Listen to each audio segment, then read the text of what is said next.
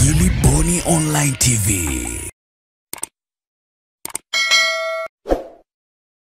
Naisimama hapa naitwa Emmanuel Ntobi, ambaye nilikuwa diwani kupitia chama cha Chadema mwaka 2015 mpaka 20. Na baadaye kupitia Chadema nikachaguliwa kuwa mwenyekiti wa umoja wa madiwani wa kanda ya Serengeti yenye mkoa wa Shinyanga, Mara pamoja na Simiyu, ambao 2015 tulikuwa na madiwani zaidi ya 140. Kwa hiyo walinipa hiyo heshima ya kuwa mwenyekiti wao. Lakini pia 2019 nilichaguliwa kuwa mwenyekiti wa Chadema mkoa wa Shinyanga kwa awamu ya kwanza, nikamaliza awamu yangu ambayo 2019 mpaka 2024, lakini nikachaguliwa tena kwa awamu nyingine ambayo mpaka muda huu nilikuwa mwenyekiti wa Chadema na nikapata msukosuko wa kusimamishwa, lakini rufaa yangu tunapoongea ipo mezani. Mheshimiwa Katibu Mkuu, niruhusu niongee machache ya kwa nini naamua kuachana na chama cha zamani, kwa sababu nina mambo mawili. La kwanza nimetumia haki yangu ya kikatiba kwa mujibu wa katiba ya Chadema, ile sura ibara ya 543 inasema mwanachama yoyote anaweza kujiondoa kwa hiari yake mwenyewe na kuacha. Hivyo mimi kuanzia kutoka jana nimeandika barua kwa katibu mkuu wa Chadema ya kuondoka katika chama hicho rasmi. Maanake katiba yetu inataka tufanye kwa maandishi. Kwa hiyo katibu mkuu wa Chadema nimeshamtumia, na nakala yake imekwenda kwa katibu wa kanda, imekwenda kwa katibu wangu wa mkoa wa zamani niliokuwa, pamoja na katibu wa tawi langu. Lakini pia Mheshimiwa Katibu Mkuu, nimekuletea kwako ofisini kwako tena barua hii hapa ya kuomba nijiunge na ACT Wazalendo. Na naposimama hapa nina furaha kwa sababu mpaka sasa nimeshakwisha kukabidhiwa kadi. Kwa hiyo ni mwanachama halali kabisa wa ACT Wazalendo. Na niwashukuru ndugu viongozi wote mliokuja hapa katika ukumbi huu kuja kutupokea. Kwa kweli tumefarijika na tunaamini tumebadilisha tu aina ya basi lililokuwa tunatumia, lakini dhamira ni ile ile. Basi letu la awali limepata msukosuko kama mnavyojua. Kwa hiyo ni vema na ni haki kutafuta basi lingine na safari ikaendelea. Mie kabla ya kuingia katika harakati hizi za vyama vya upinzani au na siasa, moja ya watu ambao walinivutia kabisa kipindi hicho tuko chuo kikuu cha Dar es Salaam ni ndugu Zuberi Zito Kabwe.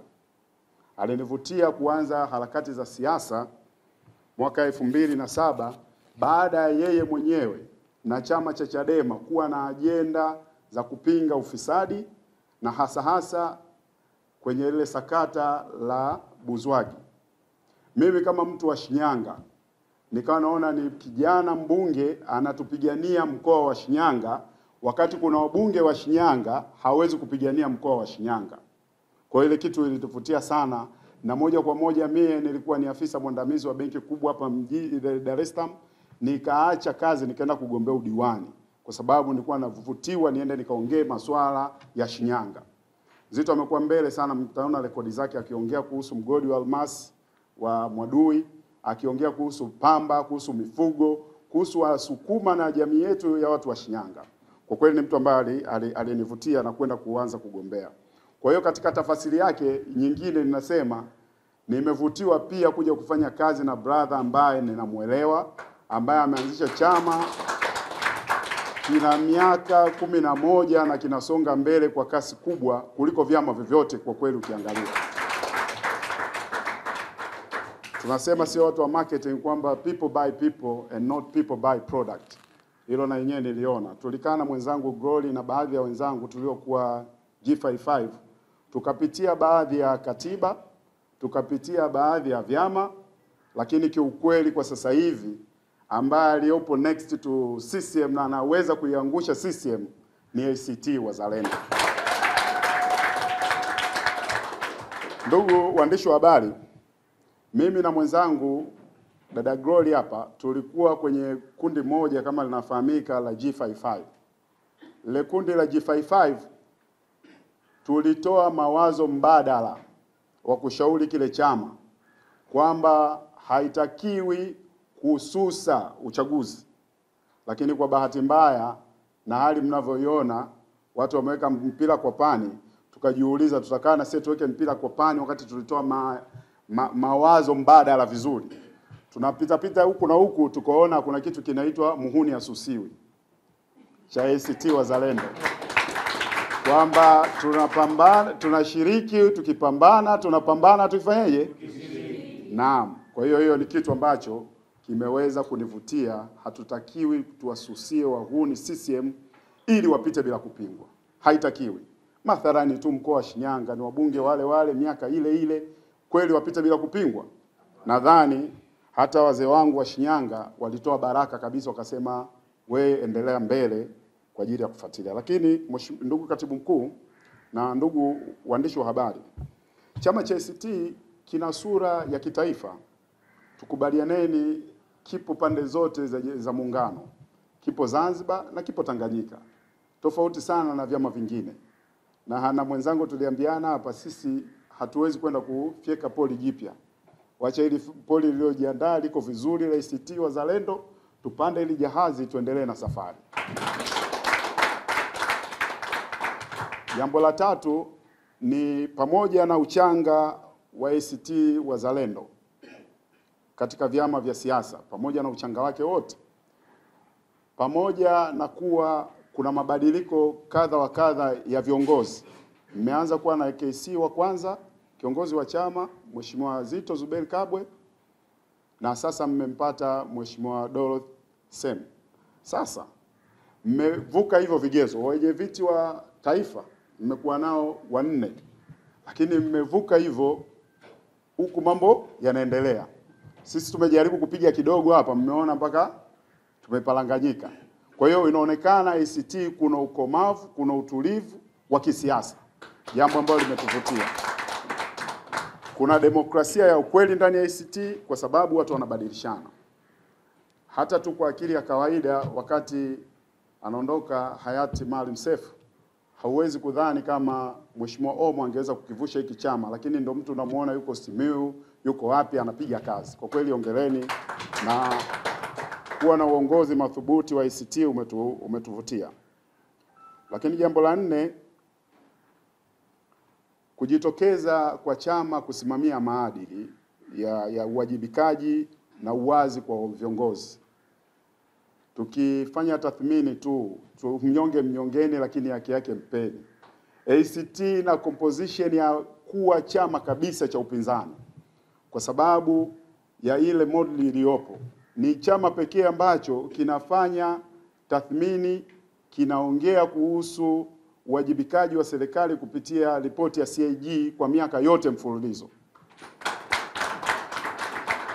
Hata chama tawala kinaiogopa ripoti ya CAG, lakini nyie ACT mmekuwa mkichambua, mkitupa kwa lugha rahisi wananchi, na hapo mnaonekana mnataka kuiwajibisha serikali. Hivyo ni kitu ambacho kinatuwia na kuvutiwa kuja kwenu ili tuendelee harakati.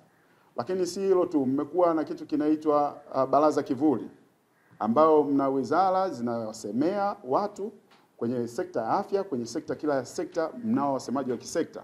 Tofauti kabisa na vyama vingine ambavyo venye umri mrefu katika mageuzi, lakini haviwezi kuiwasemea wananchi kuonyesha ni mbadala wa serikali ya CCM. Ndio maana tumeangalia, tunaona ACT Wazalendo mko tayari kuwa mbadala na kuchukua dola mwaka huu inshallah. Tunaona tuje tujiunge na nyinyi.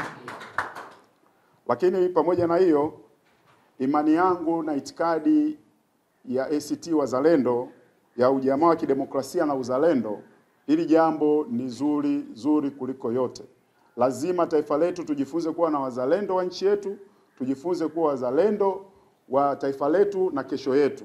Lakini kupitia hiyo ACT mna ile kitu inaitwa sera ambayo mnaita sera taifa la wote kwa maslahi ya wote, jambo ambalo ni jema. Sasa hivi kuna classes kubwa sana katika taifa letu, iwe kimatibabu, iwe afya, elimu, mambo ya kijamii, uchumi, lakini ACT inaonyesha ina cut close. Na ACT ambacho kinavutia kingine ni namna ya viongozi wake. Ameeleza vizuri sana Da Glory hapa. Kuna makundi, baadhi ya vyama imeacha mbali sana. Kundi la wanawake pamoja na vijana wameachwa mbali sana kwenye vyama. Angalia kwenye chama cha ACT, makamu mwenyekiti ni kijana Mchinjita. Huwezi kumlinganisha na mzee Wasira. Sio? Yule anayesema bodi. Mtu ambaye alitakiwa amestaafu lakini bado ameshikilia kiti over 8 years, bado yupo pale, ni makamu wa chama. Lakini angalia ACT, kijana mdogo tu, nadhani anaweza kuwa ni katibu mkuu mdogo kuliko vyama vyote, ndugu Ado, na amepewa dhamana kubwa. Kwa maana hiyo nyie ACT iko tayari kuonyesha vijana ni taifa la leo na si taifa la kesho. Kwa hiyo hii kitu inatufurahisha. Nikaona nije kwa vijana wenzangu wapambanaji. Hata ukiangalia tu muundo wa ngome ya vijana, maswala ngome ya vijana inavyoongelea ukosefu wa ajira, tofauti na ngome au mabaraza mengine ya vijana katika vyama vingine.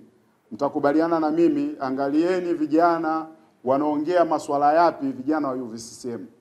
Angalieni vijana na wa vyama vingine. Mtakuja kubadilika, kumbe tatizo la ajira linaongelewa vizuri sana na wadogo zangu kina Abdul Nondo wanakaa wanafanya makongamano. Kwa nini usiunge gari au msafara wa namna hii kama kweli wewe mpenda haki na mabadiliko katika taifa letu? Hiyo ndo sababu nimeweza kuwa hapa. Ndugu katibu mkuu, nisiwachoshe, namalizia haya makundi maalum ambayo ndo watu walioko huko. Tunaenda kwenye mapigano ambayo mnayo ya harakati za kuleta mabadiliko chanya nchini. Ukiangalia mna organization. Kabla hapa tuliangalia vitu vingi sana. Tuliangalia katiba, mfumo na organization. Hapa mimi ninavyoongea hadi kule Shinyanga kuna viongozi kwenye kila kata. Kitu ambacho mwanzo mimi nilikuwa sijui wakati sipo ACT au nauiwa kufuatilia ACT, sikujua kama ACT ni chama kikubwa ambacho kina mtandao mkubwa namna hiyo nchini. Kwa hiyo tumeona na nimeona ni vema tarehe ya leo nije rasmi mbele ya Tanzania, mbele ya rafiki zangu, ndugu na jamaa, kuwajulisha ninajiunga na chama cha ACT Wazalendo, na mimi ninaamini kabisa muhuni asusiwi. Tutashiriki na kupambana naye huku tunachuana. Make your day right. Gilly Bonny Online TV. Kupata habari mpya na kwa haraka kila siku, usisahau kusubscribe kisha like na comment. Gilly Bonny Online TV.